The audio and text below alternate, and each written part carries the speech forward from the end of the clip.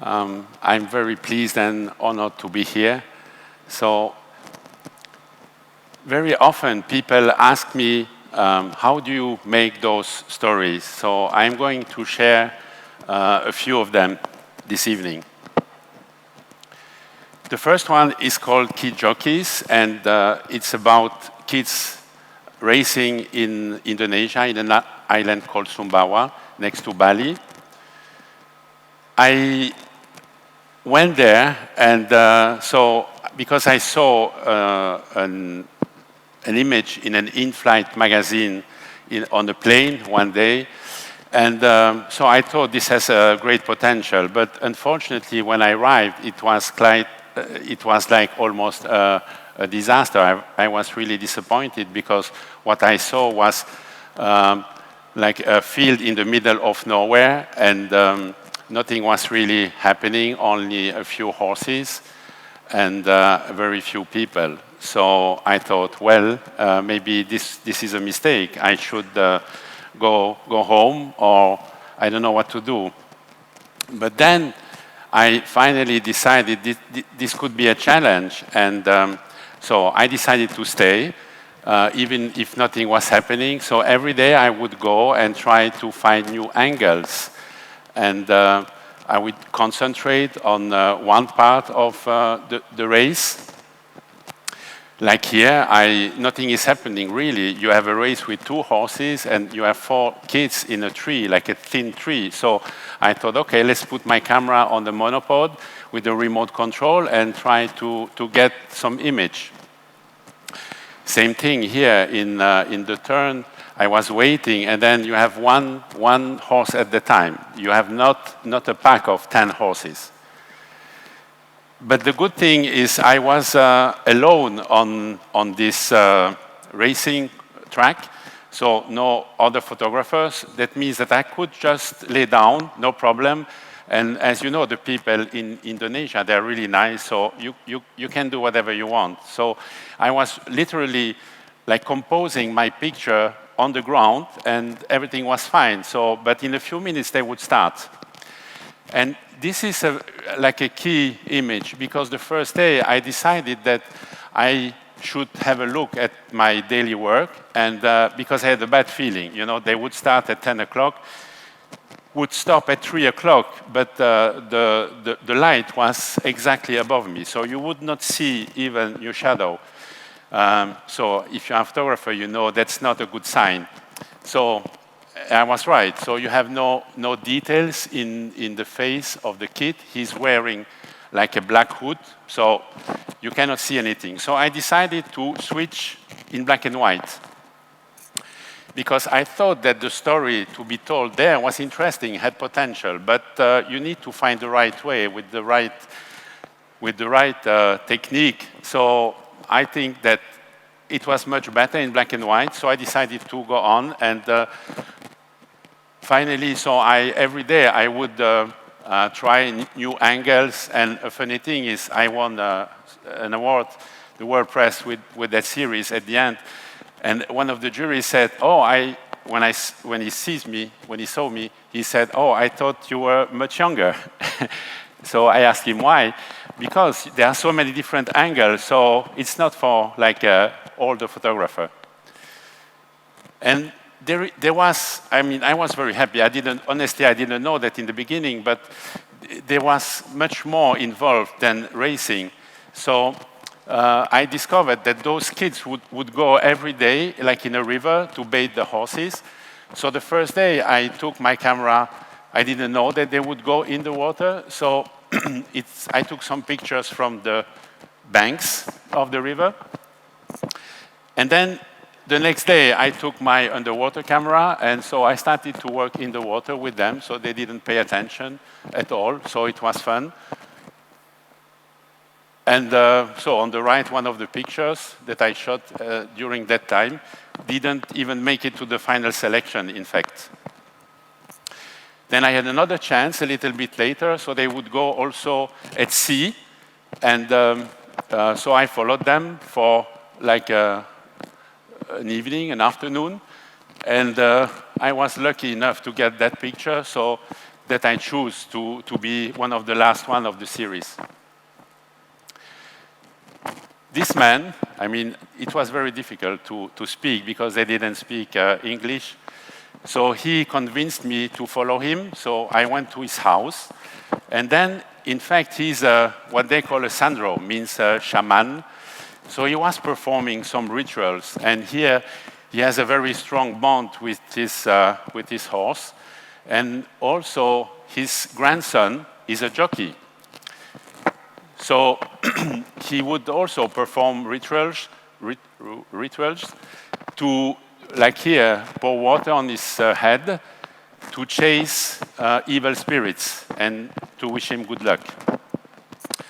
Same thing, the picture, the final picture on the right didn't make it to the final selection either. So I had a motorbike to go from places to places, and it also serves as a ladder sometimes. So here I was shooting, like I was lucky, let's say, to see a kid falling. You know, you have to know that they ride bareback, barefoot.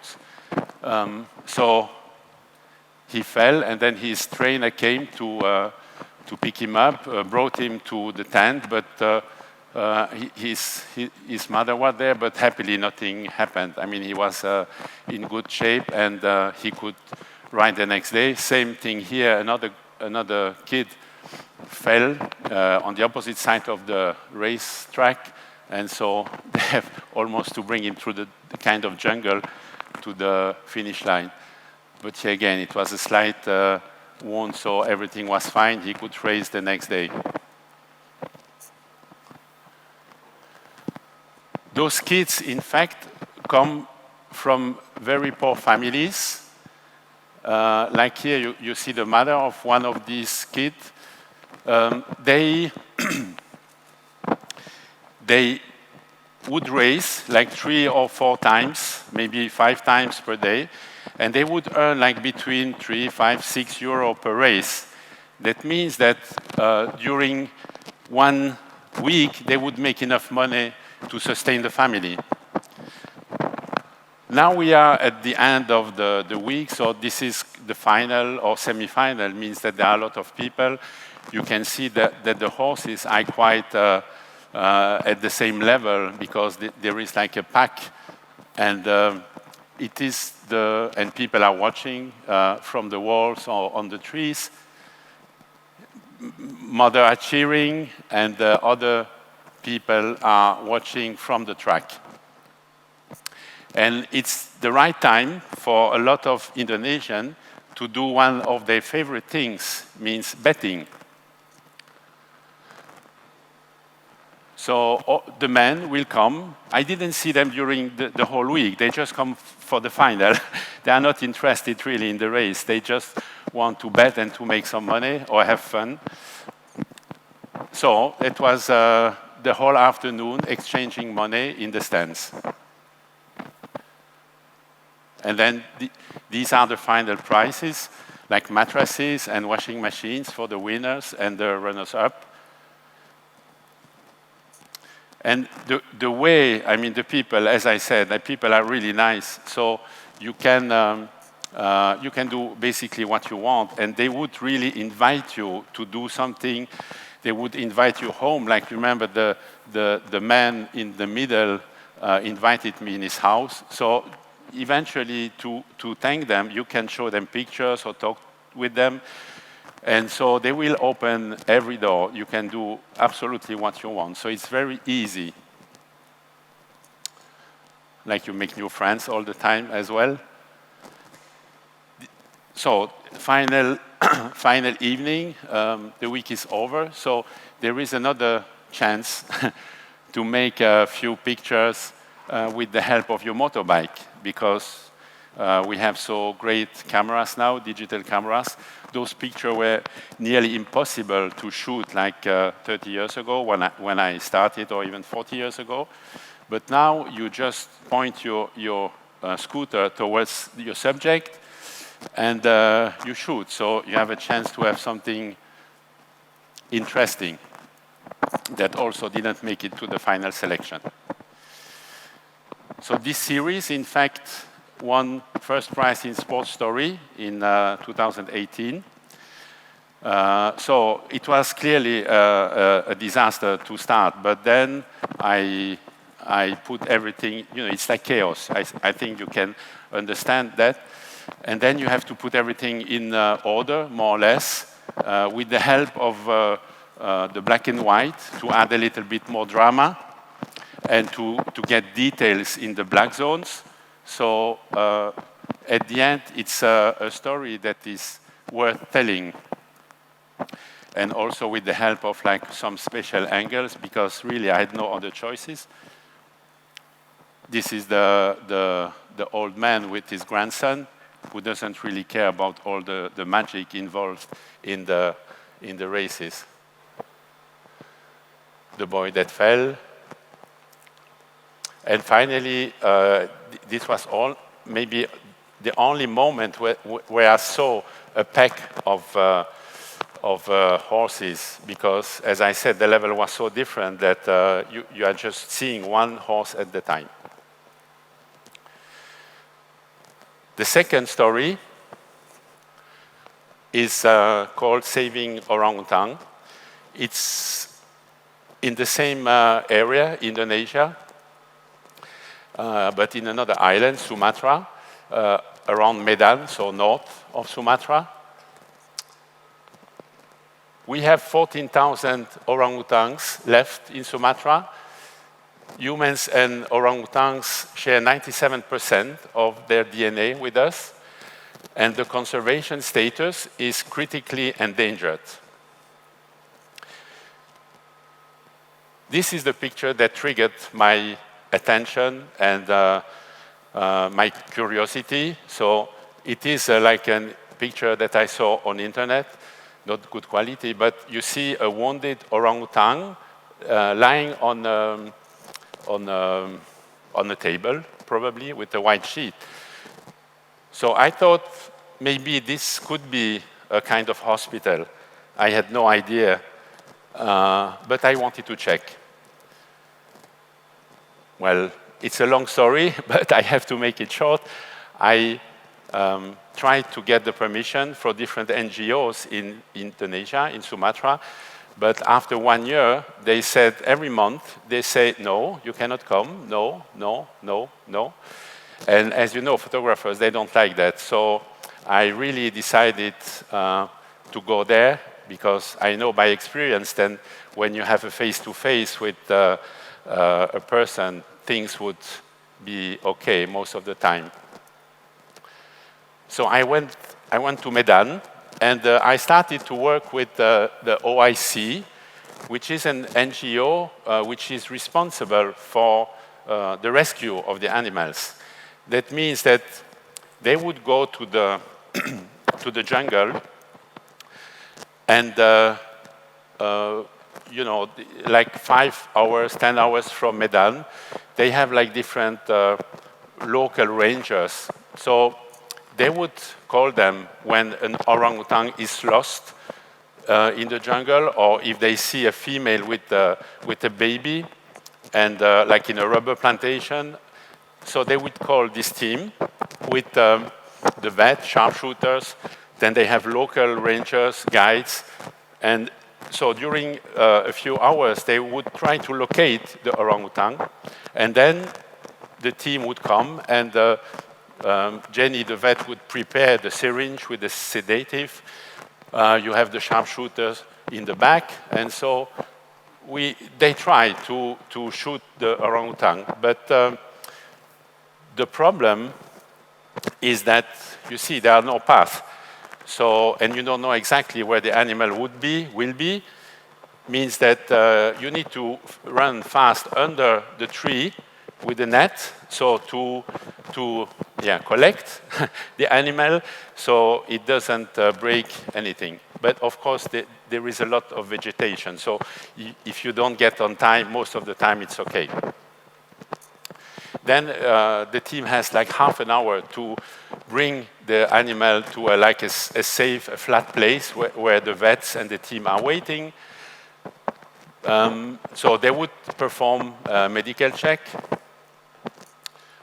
and if everything is fine, they would relocate the animal in a nearby forest. But if there is a problem, then they would bring the animal to a medical center. So here I'm going to follow them. And the problem is that it's very hot, like 40 degrees, no wind, 100% humidity. So as a photographer, you want to be in front, left, right. I mean, you know how it goes. But it's really difficult. If you want to go in front, I mean, you have to make such an effort that you cannot keep up with them because they are in the jungle all the time, so they are used to it. But finally, you arrived at the pickup truck. So now they will put the orangutan in a cage, and in this case, they would relocate the animal in a nearby forest. So what is really good for the orangutan is not so good for the photographer.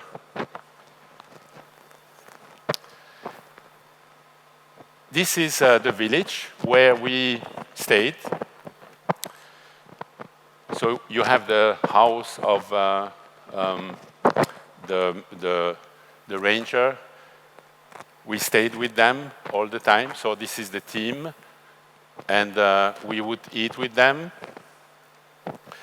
And eventually they would give us like a nice room with a mattress because most of them would sleep on the floor on the other side. Well, the Pullman is probably a better choice than this room. Then I started, that was the goal, to get to the SOCP place, but I started first with the forest school. So they receive an orangutan and orphan. So the thing is that it's like our kids, we have to raise them in order to teach them what to do, how to feed. So and like here, the orangutan is maybe 1 year old, so it will take another 7, 8 months, exactly as in the wild, for this substitution mother to teach the kids, the orangutan, how to behave, how to feed, what to do, what not to do, to acquire some social skills. And so they will, every day, they would work, men or women. And the bond with them is really strong. The medical center. I was waiting for that for the last 1.5 years when I first saw the picture of the wounded orangutan. So finally, I'm there. I'm in the right place. They start to weigh some animal. And then I got to slowly and slowly, like I didn't go every day, but I went there very often. So I was able to see many different things, routine medical checks. And here I just want to make a small pause to show you that I'm using sometimes like a small LED, very small, very light, so it can fit in your pocket because it's interesting. You can just add a little bit light to make it like a little bit more dramatic when you have like a neon light, which is really not great. And here they were doing an X-ray with this male orangutan, and it's completely black. So you just add this light that you can move around very easily. So it makes your picture, otherwise it's impossible to do something really interesting. Again, this is a key picture for my project. So here we are 3 months later. I had access to everything. I have seen almost everything. But as a photographer, you are never really happy. And, you know, we are waiting for strong visual content. And it was okay. I was in the right place. So the point of view, interesting. But maybe the orangutan is a little bit too small. I mean, it doesn't convey exactly the feeling that I had. And so I was waiting for that. It happened after about three or 4 months. And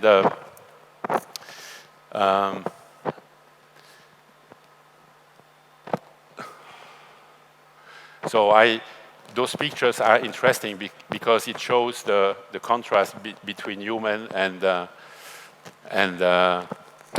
face of big males. Then another really interesting event happened, really important for the story. And, you know, I was there already 4 months now.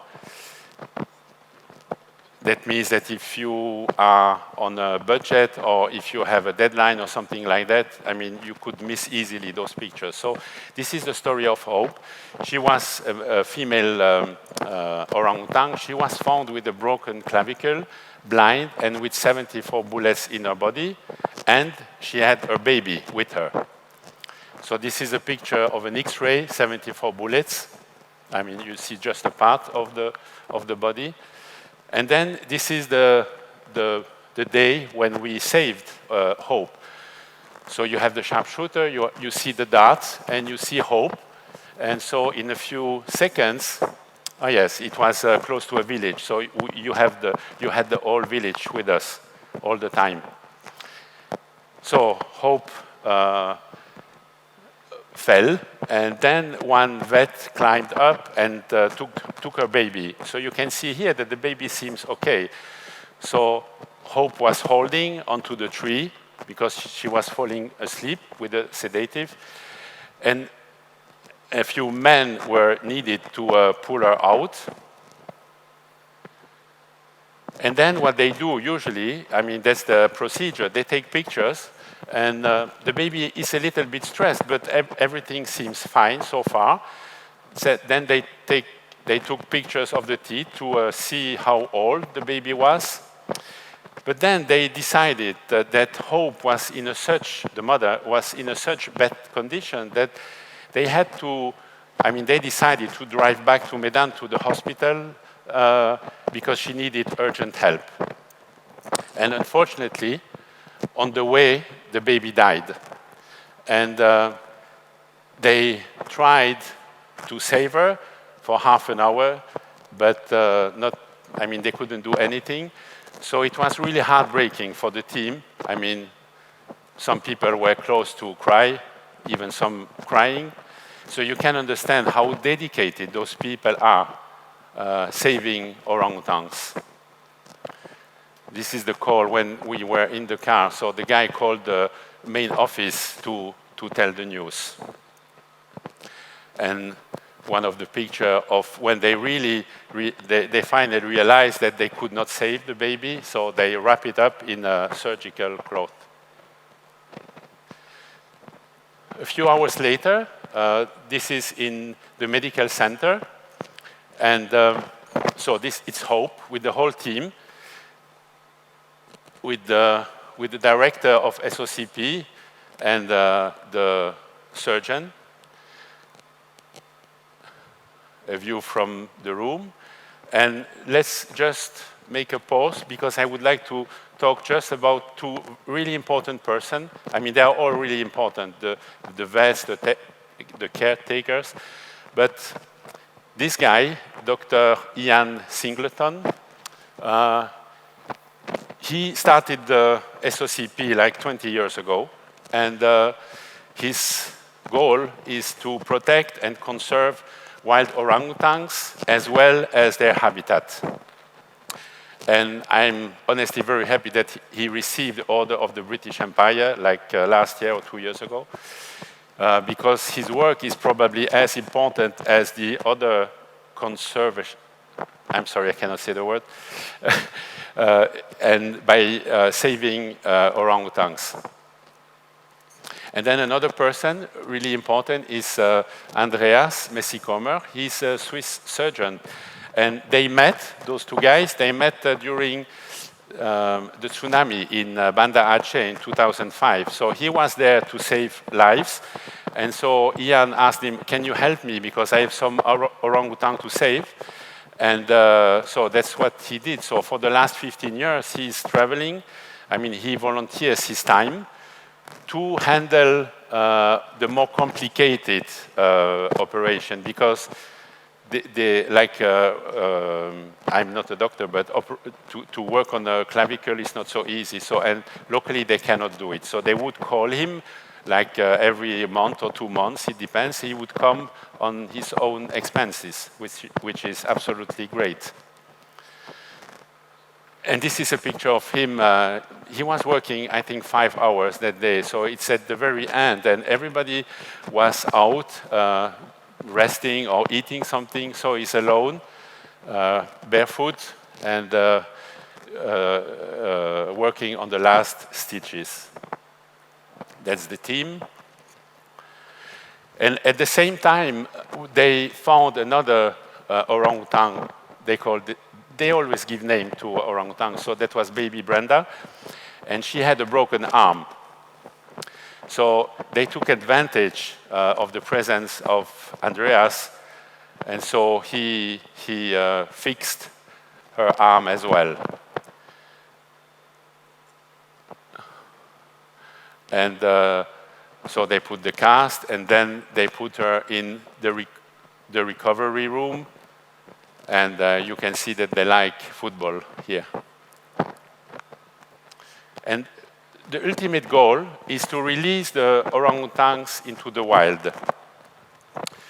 That means that they would bring them from the facilities, usually in a wheelbarrow. I mean, they will sedate them and bring them back.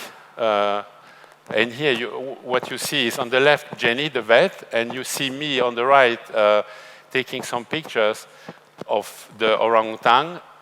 And one guy had the idea, because it was raining, you don't see that, but it was raining, so he had the idea to put a leaf on top of the orangutan to protect her. So you understand how compassionate they are for those animals. So that was, as I said, time to release. So they had those cages ready. So then they would travel from Medan to North Sumatra. It would take like 6 hours, 15 hours, 600 kilometers. And first with the truck, and then would put the cages in a jeep. Then they would go through the jungle for another 2 hours. And finally, they would arrive at the station, what they call the station. On the left, my room. So people are staying there, a few people are staying there all the time because they monitor what's happening with the orangutan. So the cages arrive, they take the orangutan, and they would go a little bit further in to put them in this kind of cage just next to the forest. And the idea is to get them used to their new environment. Here I have to explain for a few seconds what's happening. So the vet told me that we are going to do a soft release, means not the final release. So it means that they would monitor the orangutan for a few days. So in the morning would release the animal will come back in the evening, and then they would do that for a few days till they have the feeling that everything is right for the final release. That means that especially the most important things is that they need to see that the orangutan is feeding for at least 5-6 hours, because otherwise it could not survive in the wild. So he told me, listen, I'm going to put the animal on the foot of the tree, and so that's basically what's happening. Of course, I cannot go in the tree. So I decided to put my camera on the red circle with the flash. I mean, I did all the technical stuff. And he said normally the animal would climb on following the easiest path, means the small trunk, not the big one. Okay, so I tried, and unfortunately, the animal went totally to the right, so I have nothing on my image. But the next day, they would do the same thing, and this is the final result.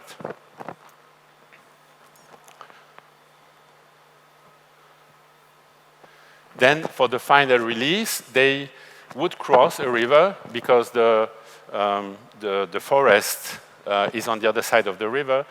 And usually they cross it with and they put the animal in the cage, like you see here on the picture.